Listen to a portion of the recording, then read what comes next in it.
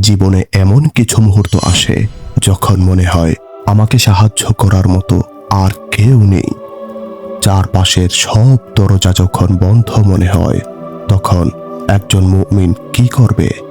আল্লাহ আমাদের শিখিয়েছেন একটি ছোট্ট কিন্তু অনেক শক্তিশালী একটি বাক্য, হাসবুনাল্লাহু ওয়া নি'মাল ওয়াকিল। এর অর্থ আল্লাহই আমাদের জন্য যথেষ্ট এবং তিনি উত্তম কর্মবিধায়ক। এই কথাটি এসেছে সূরা আল ইমরান 173 নম্বর আয়াতে।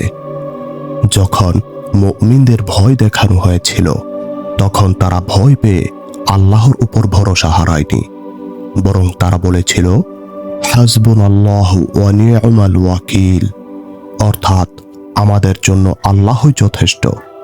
আপনার জীবনেও যদি কখনো এমন পরিস্থিতি আসে যখন কোনো মানুষের সাহায্যের উপর ভরসা করার মতো পরিস্থিতি নেই, তখন আল্লাহর উপর ভরসা করুন এবং বলুন হাসবুনাল্লাহু ওয়া নি'মাল ওয়াকিল।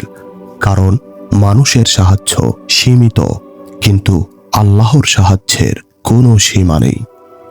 আর পরের ভিডিওতে আমরা দেখব হঠাৎ কোনো জটিল বিপদে পড়লে কোন দোয়া পাঠ করব।